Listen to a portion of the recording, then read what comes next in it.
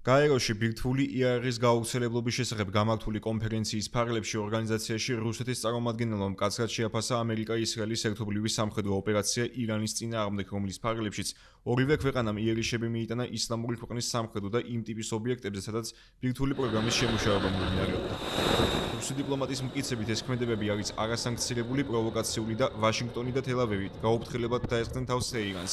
ეს კი მასში, როცა ომის დაწყებას წინ უძღოდა დიპლომატიური პროცესი ირანსა და ამერიკის შეერთებულ შტატებს შორის.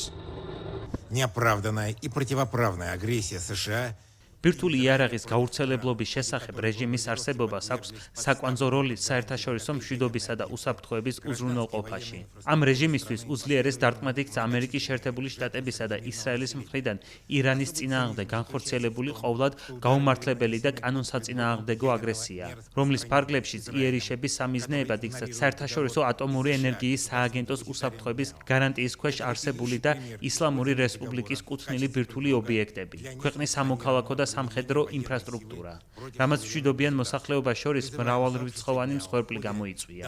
განსაკუთრებით ცინიკურია ის, რომ დარტყმები ისრაელის მიერ განხორციელდა ბირთვული იარაღის გავრცელებლობის საბაბით. ეს ქვეყანა და ამერიკის შეერთებული შტატები უხეშად უგულებელყოფენ ამ შეთანხმებას.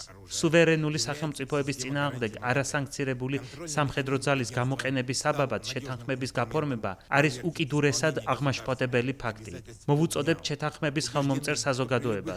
ამ კონფერენციის ფარგლებში ობიექტურად და მიუკერძოებლად შეაფასოს აგრესია ირანის ისლამური რესპუბლიკის წინააღმდეგ.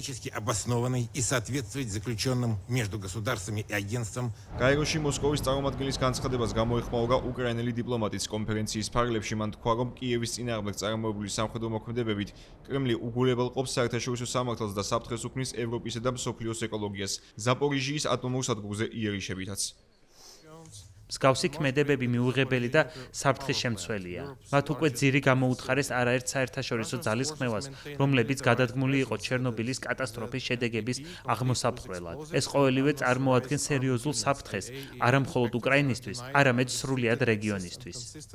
ამჟამად რუსეთი აგრძელებს აგრესიულ ომს უკრაინის წინააღმდეგ, რასაც თან ახლავს სისტემატური თავდასხმები სამოქალაქო ინფრასტრუქტურაზე, მათ შორის ენერგეტიკულ სისტემაზე, რომელიც უზრუნველყოფს ატომური ელექტროსადგურების უსაფრთხო ფუნქციონირებას. ეს ქმედებები საფრთხეს უქმნის არა მხოლოდ უკრაინას, არამედ საფრთხეს უქმნის ჩვენ საზღვრებს მიღმა არსებულ რეგიონს.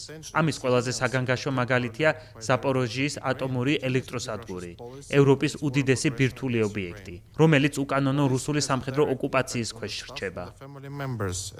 სტოკჰოლმის საერთაშორისო მშვიდობის კვლევის ინსტიტუტის მონაცემებით ამერიკასა და რუსეთს მსოფლიო ბირთვული იარაღის თითქმის 90% აქვს და ბოლო წლებში მისი მოდერნიზაციის მასშტაბური პროგრამები განახორციელეს.